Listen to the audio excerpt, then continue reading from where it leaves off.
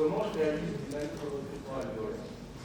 Finalement, la tâche est assez aisée, somme toute, puisque quand je regarde ce qui a fait la preuve de son efficacité en termes de réduction de mortalité dans la RDS, ou même au bloc, sur les stratégies ventilatoires, on regarde bien, il n'y a pas les manœuvres de ventilation, les manœuvres de recrutement alvéolaire. À ce moment-là, comment faire? Ça ne le fait pas. Le plus simple, ce serait de dire ça, mais c'est un peu extrémiste. Du coup, on va essayer de voir non seulement comment faire, mais dans quel cas on peut faire de façon sécure. Seul un papier dans la littérature a prouvé une amélioration de la mortalité quand on fait des manœuvres de recrutement alvéolaire. C'est un papier chinois qui inclut 50 patients à peu près par groupe et qui a démontré une réduction de mortalité en soins intensifs de 40%, qui est un peu trop beau pour être vrai. Et quand on regarde tout ce qui est sorti derrière, à aucun moment on a pu distinguer un effet positif du recrutement alvéolaire. Alors, quand on le fait, dans quel objectif on le fait aujourd'hui? On le fait en général parce qu'on a des situations assez sans qu'on se rend compte que dans la problématique, c'est vraiment du collapsus alvéolaire parce qu'on est intervenu sur le patient, on l'a déconnecté, on a fait une aspiration endotrachéale, le patient était anesthésié avec une pression infrathoracique extrêmement élevée chez un patient obèse. À ce moment-là, l'étiologie est caricaturale. Faire des manœuvres de recrutement à ce moment-là fait sens. Et quand on le fait, l'objectif finalement, c'est de répondre à ces problématiques, celle du collapsus alvéolaire, de lutter contre l'ouverture-fermeture cyclique des alvéoles, qui peuvent intervenir également à ce moment-là, et avec pour finalité d'améliorer l'oxygénation. Quand je regarde ce papier que j'adore énormément, le papier de Borges, qui pour moi est un des papiers qu'il faut absolument lire sur le plan de la physiologie des manœuvres de recrutement alvéolaire, ces auteurs nous ont montré sur ce graphe quelque chose d'assez simple, et vous allez me dire assez bête finalement.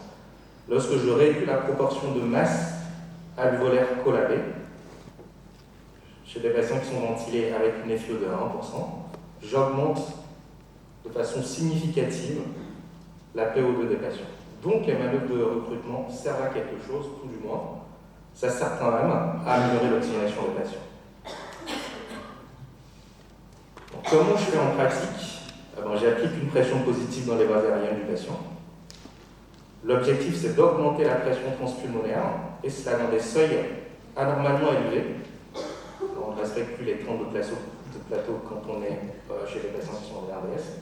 Pourquoi cela? Parce que la loi de Laplace nous dit que plus un ballon est de rayon extrêmement faible, plus il nous faut de pression pour le couvrir. Donc c'est pour ça que chez ces patients-là, quand on décide de faire un manœuvre de recrutement alvéolaire, les niveaux de pression qu'on va demander vont être un peu supraphysiologiques. L'écueil de ce que je viens de vous dire là, c'est les effets secondaires qui sont associés à cette procédure.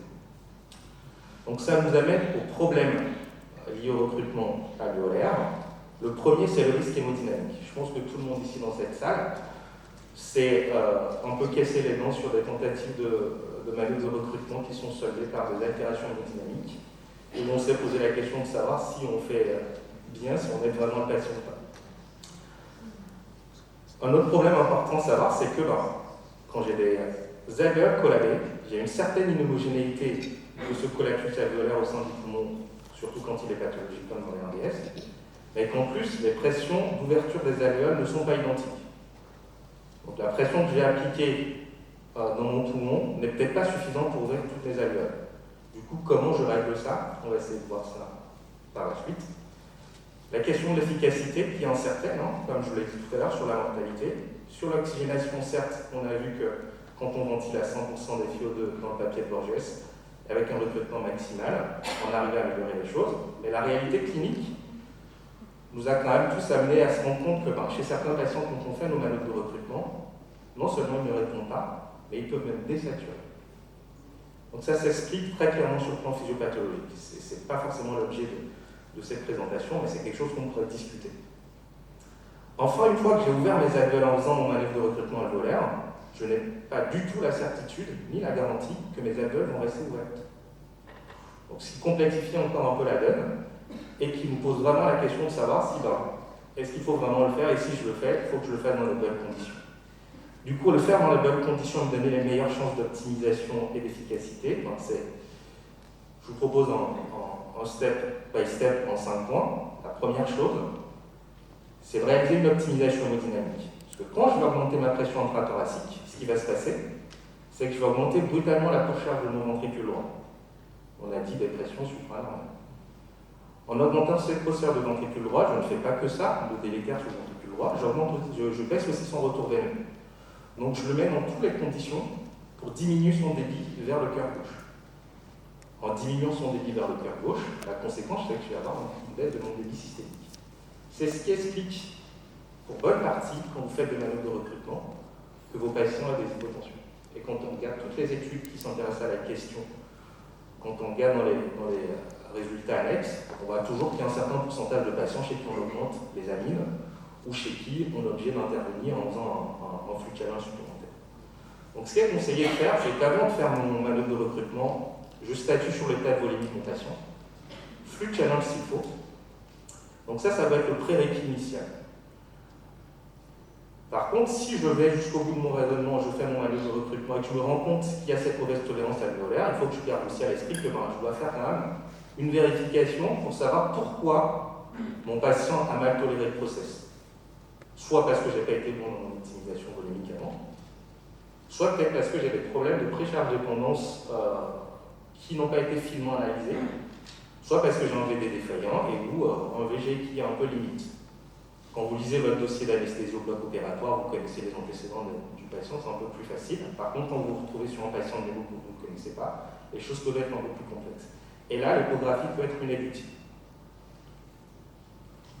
Deuxième step, c'est quel niveau de pression j'applique et comment être sûr que la pression que j'applique est vraiment celle que le patient reçoit.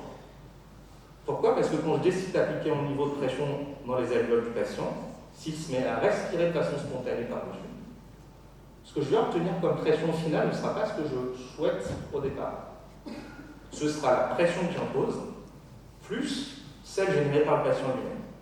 Donc là, je vais être au-delà encore des pressions supramaximales que j'ai imposées. Donc à ce moment-là, j'augmente mes risques, le risque hémodynamique, le risque de complications mécaniques, de surdistension, et voire même de stress hormonal lié à cette agression pulmonaire que j'en ai. Donc, manœuvre de recrutement veut dire patient sédaté. Est-ce qu'il faut les curariser systématiquement? Je n'ai pas la réponse dans la littérature, mais moi, ma pratique, c'est ce que mon patient est parfaitement sédaté. Ce n'est pas systématique. Et si je me rends compte que mon patient réagit à ma manœuvre, s'il est vraiment indispensable de le curariser, il faut y aller si besoin. Ça suppose aussi que j'utilise des modes qui ne permettent pas au patient de ventiler spontanément. Donc il est préférable à ce moment-là d'utiliser des modes ventilatoires en contrôlé, et pas en assisté contrôlé par exemple. Step 3, quelle méthode j'utilise? Alors là, il y a plein de choses. Et j'ai vu beaucoup de choses au bloc opératoire dans l'animation. Chacun sa petite technique, chacun son seuil, chacun sa durée. Chacun fait un peu comme il en veut. Alors, est-ce que la littérature nous aide vraiment? Pas de façon complète, mais quand même, nous avons quelques pistes pour pouvoir voir les choses de façon plus claire. Donc, celle qui est le plus souvent utilisée, c'est la manœuvre de capacité vitale. J'augmente la pression en plateau donné. Je m'assure que mon patient détache le plateau. Et pour arriver à ça, et pour le faire très bien, ce qui est conseillé de faire, et ce qui marche bien, c'est d'utiliser le mode VPC. Même si votre patient est en ventilation contrôlée, passez en VPC et gérez votre niveau de pression avec votre verre. À ce moment-là, vous avez un contrôle du niveau de pression administré et vous savez exactement ce que vous faites. L'autre possibilité, c'est les paliers de PEP qui sont effectués. C'est le fameux soupir étendu des anglo-saxons. Donc, où j'augmente par palier mes niveaux de PEP jusqu'à un objectif donné. Il y a des variantes où en augmentant les paliers de PEP, j'augmente aussi les paliers de différence entre la PEP et la pression maximale. Bon. Grosso modo, quand on regarde dans la littérature, aucune n'a fait la preuve de sa supériorité. Il y en a une qui, dans une étude donnée, a quand même démontré qu'elle pouvait être délétère. On la verra. Après, la classique solution de la valve APL au bloc opératoire. Donc, je positionne mon patient. Je positionne ma valve APL à 30 et 35. J'envoie un énorme volume dans les alvéoles du patient. Je n'ai pas de maîtrise sur la durée. Je n'ai pas de maîtrise sur le volume finalement dessus, mais j'ai quand même une maîtrise sur le niveau de pression administré puisque je fixe ma valve APL. Il faut savoir que quand je fais ça, je n'ai pas de certitude que la pression de la valve APL, que je fixe au niveau de la valve APL, est ce que reçoit le patient. Parce qu'avec le phénomène de perte de charge sur mon circuit, c'est de l'hémodynamique, hein, la pression que j'impose au niveau de ma valve APL n'est pas forcément celle qui va recevoir in fine. C'est quelque chose de pratique qu'on utilise tous. Par contre, ça peut conduire à une sous-estimation de la pression délivrée in fine. Donc, quel niveau de pression je choisis? Donc, toujours ce papier de Borges, qui est un papier que j'aime beaucoup, qui, encore une fois, je vous invite à lire. En fait, ces auteurs se sont demandé quelle était la meilleure stratégie, le meilleur niveau de pression à administrer pour aboutir à une ouverture maximale des alvéoles dans une étude totalement physiologique.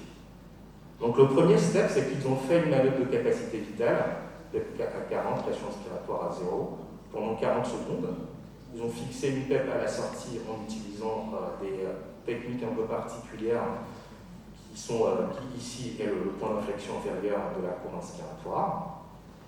Et une fois qu'ils ont obtenu une première phase d'ouverture alvéolaire, ils ont continué en faisant des paliers en marge d'escalier jusqu'à des pressions de 60 cm d'eau. Et grâce à ça, ils ont obtenu une ouverture maximale de leur alvéole qu'ils ont définie par un PaO2 plus PaCO2 supérieur à 400. Donc, en faisant ça, ils nous ont permis d'avoir plusieurs informations. Donc, cette courbe qui montre la fréquence d'ouverture des alvéoles en fonction des pressions airway est très intéressante.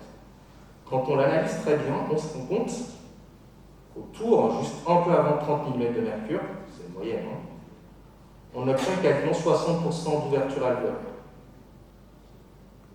Le gain supplémentaire qui est obtenu, ce n'est pas une courbe d'incidence cumulée, à chaque fois ça se rajoute, est biphasique avec un autre pic qui arrive à peu près avant 40 mm de mercure.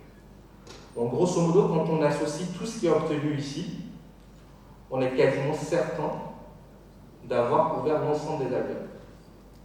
Donc c'est pour cela qu'en termes de recommandation, finalement, il faut viser une pression entre 30 et 40 cm d'eau en fonction de l'état hémodynamique de votre patient. Il ne sert à rien, parce que je l'ai entendu souvent, une manœuvre de recrutement bien faite, c'est quand le patient chute sa pression artérielle, quelle que soit la pression imposée. On me l'a dit. Donc je pense que plusieurs d'entre vous l'ont entendu. Non, en fait, vous avez quand même des cadres qui vous permettent de faire le rapport bénéfice-risque de façon assez précise. Donc, message, 30 à 40 cm d'eau, c'est largement suffisant pour avoir le recrutement nécessaire pour vos patients quand vous le faites. Quelle population? Est-ce que c'est important la population à cibler? De faire une manœuvre de recrutement sur un poumon comme ça, chez un patient bloc opératoire qui n'a aucune agression tumorale quand il arrive, et qui présente une désaturation procédurale parce que je l'ai déconnecté, je l'ai aspiré, ou juste parce qu'il y a une compression thoracique importante du fait d'une obésité par exemple, et que je sais que c'est quelque chose qui est récent, et donc en termes de réversibilité c'est assez élevé, c'est pas tout à fait la même chose que de faire un manœuvre de recrutement sur un poumon comme ça, qui est beaucoup plus complexe. Donc ça semble un peu absurde de présenter les choses comme ça, mais c'est la réalité, c'est que cette démarche-là dans votre tête, puisque vous intervenez pour beaucoup d'entre vous à la fois en réanimation au bloc, doit quand même être faite. C'est quelle est la population cible et est-ce que je dois faire pareil?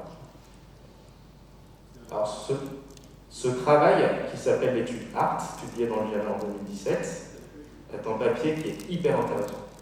En fait, les auteurs ici ont comparé la stratégie qui a démontré pour le coup un bénéfice pour le patient qui ne comptait pas de manœuvre de recrutement alvéolaire dans l'étude RDSNet des années 2000. Ils l'ont comparé à une prise en charge moderne, entre guillemets, avec un volume courant 6 et 10 ml/kg, plus manœuvre de recrutement par palier, que je vous avais décrit tout à l'heure, avec des pressions qui sont quand même allées jusqu'à 50. C'est important à noter. Et derrière, ils ont titré le niveau de PEF pour obtenir la meilleure compliance possible. Donc, ça n'évalue pas que la manœuvre voleur, je suis d'accord avec vous. Et cela, ils l'ont répété à plusieurs reprises. Donc ils l'ont comparé à cette technique qui est hyper simple en fait, qui finalement casse l'idée qu'on peut tous être des excellents physiologistes, experts dans l'analyse des courbes pression-volume, pour gérer un patient à RDS. Donc c'est des paliers de PEP qui sont adaptés au niveau des FiO2 avec un volume courant réduit. Quand on regarde le résultat, il y a une surmortalité dans le groupe moderne entre guillemets, avec la mise en place de recrutement alvéolaire systématique chez ces patients. Ce qui est intéressant, c'est quand on regarde en détail ici à côté ce qui se passe, c'est que non seulement il y a ce problème de mortalité, mais c'est que finalement, le gain en oxygénation obtenu, parce que le manœuvre de recrutement permettait d'augmenter l'oxygénation des patients, ne se traduisait pas par une surmortalité, et pas forcément, à terme, par une amélioration de la continuance des patients. Donc c'est quand même un message fort. C'est-à-dire que quand je fais des manœuvres de recrutement, je peux être délétère, et j'ai une étude qui montre même que j'ai une surmortalité. Ce qui interpelle dans ce travail, qu'il faut nuancer quand même, c'est le taux de mortalité dans le groupe contrôle qui est un peu plus élevé que ce qu'on voit, voire même beaucoup plus élevé que ce qu'on voit dans les RDS classiques. C'est peut-être une population particulière, mais c'est un message important. Donc ce résultat a été récemment nuancé par une étude française, l'étude LIVE, qui s'est positionnée différemment. La question ici, c'est de se dire, est-ce que je dois traiter tous les RDS de la même façon? Est-ce que je dois traiter en RDS diffus, en RDS focal de la même façon? Donc ils ont proposé deux stratégies de prise en charge dans le groupe interventionnel, qui sont ici. Prise en charge classique VT à biométrie plus PEP basse, plus DV précoce, et dans les RDS où on considère que c'est focal, grâce à un scanner, je fais du CML kilo, de la haute PEP et en manœuvre de recrutement. Et en bras contrôle, j'ai la classique stratégie de prise en charge ARDS net pour comparer. Donc, quand on regarde les deux poumons, ces deux patients sont en ARDS, et clairement, ce n'est pas la même pathologie.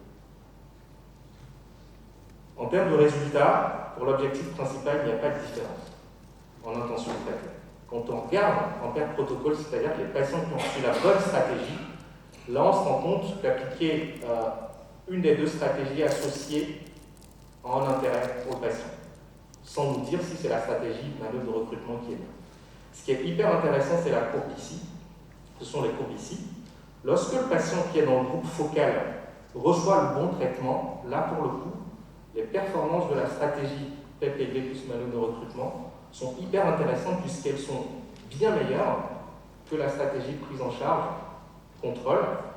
Et là, pour le coup, ça nous apporte une image claire, c'est que finalement, en fonction du profil de la RDS, la réponse aux manœuvres de recrutement n'est pas la même. Dans un cas, je pourrais être délétère et dans l'autre cas, je suis bénéfique. Pour un petit rappel que j'aime bien, c'est que la stratégie RDS net, la classique, elle marche toujours, elle est toujours safe. Et elle est sans manœuvre de recrutement. Autre morphotype, c'est le patient du bloc opératoire. On en a parlé rapidement tout à l'heure. Donc là, j'entoure mon sein. Qu'est-ce que je sais dans la littérature? Alors, vous connaissez tous l'étude IMPROVE, qui est l'étude française qui a démontré un bénéfice en termes d'outcome, de complications post-opératoires, quand j'utilise une ventilation protectrice incluant les manœuvres de recrutement. Donc, en dehors de cette étude, malheureusement, on n'a rien de positif au bloc opératoire d'assez solide sur l'objectif principal de l'étude. Donc cette étude qui s'appelle l'étude IMPROVE s'est donnée comme mission de comparer 4 groupes de patients en appliquant une stratégie péropératoire et une stratégie post-opératoire. La stratégie péropératoire, c'est la première manœuvre de recrutement à 40 plus une PEP qui permet d'avoir la meilleure compliance pour le patient, répétée si besoin. Dans le bras standard au bloc opératoire, c'est pas de manœuvre de recrutement, PEP fixée de façon systématique à 5 cm d'eau pour tout le monde, sauf quand le BMI est supérieur à 35 où je passe à 10. Et en post-opératoire, CPAP systématique ou pas de CPAP. Donc ça leur a permis de faire 4 mètres.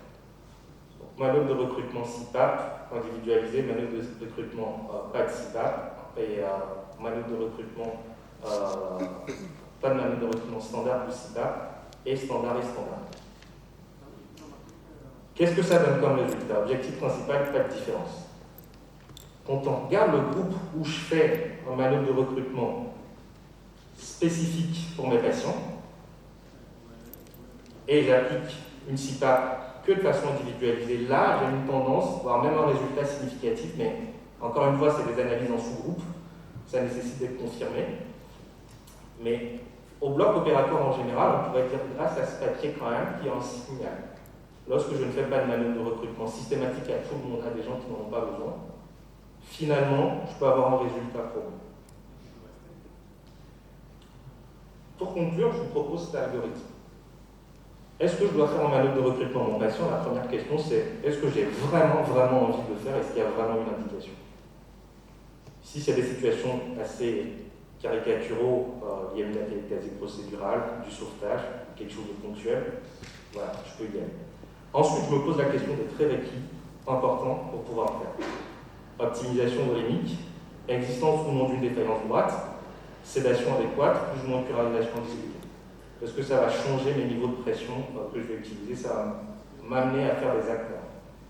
RDS focal, oui, je peux faire mes manœuvres de recrutement si on suit les résultats de l'étude live. Et pareil au bloc opératoire, parce que c'est quelque chose qui va être transitoire. J'utilise la manœuvre de capacité vitale, parce que pour moi c'est celle la plus facile à mettre en œuvre. 40 cm d'eau, 20 à 40 secondes, voire même à 30 cm d'eau, surtout si le risque hémodynamique est important, d'autant plus que si je connais la condition ventriculaire de la patient. Dans les RDS diffus, il faut l'éviter. Si je veux vraiment le faire, il faut vraiment que je me pose la question de la pertinence de ce que je fais. Donc, je finis en vous rappelant que dans la RDS, ce qui a changé le pronostic des patients, c'est la ventilation protectrice, la curarisation précoce, l'EDV quand l'indication l'est, et plus récemment la corticothérapie, ce qui reste à prouver. Au bloc opératoire, aucune stratégie n'a montré de bénéfice en termes de mortalité, même dans l'étude MOVE, qui est l'étude cardinale dans cette thématique. Les résultats positifs sont essentiellement sur les indices composites. Merci pour votre attention.